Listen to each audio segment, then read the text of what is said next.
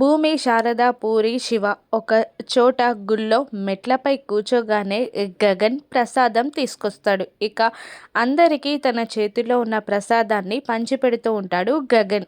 ప్రసాదం నోట్లో వేసుకున్న భూమి విచిత్రంగా టేస్ట్ ఉండడంతో ఏంటన్నయ్య ఇది అని అడిగేస్తుంది. ప్రసాదం అని గగన్ అనగానే ఏంటి పులిహోర, చక్కెర పొంగలి కలిపి కట్టించావా అని అడిగేస్తుంది పూరి. అవును, ఆకులు వేస్ట్ ఎందుకని కలిపి కట్టేయమన్నా అని గగన్ అనగానే పూరి వెటకారంగా శారదాని చూస్తూ ఎలా కన్నావమ్మా అన్నయ్యని అని అనగానే శారద చిన్నగా నవ్వగా భూమి మాత్రం గట్టిగానే నవ్వేస్తుంది. వాళ్ళిద్దరూ అలా నవ్వడంతో గగన్ ఉక్రోషంగా ఏంటే అంటూ తన మెడలో ఉన్న కండువాని తీసి పూరిని కొట్టడానికి ట్రై చేస్తూ భూమి చూస్తూ ఉండగానే పూరి వెంట పడుతూ ఉంటాడు గగన్.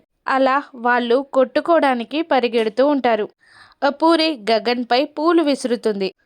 గగన్ పూరిని కొట్టడానికి పరిగెడుతూ ఉంటాడు. ఇంతలో సంక్రాంతి సాంగ్స్ స్టార్ట్ అవ్వగా భూమి, గగన్ ఇద్దరు ఒక జంటగా, పూరి, శివ మరొక జంటగా సంక్రాంతి సాంగ్కి చక్కగా డ్యాన్స్ చేస్తూ ఉంటారు. ఆ జంటల డ్యాన్స్ని చూసి ఓర్వలేకపోతూ ఉంటారు శరత్చంద్ర, అపూర్వ.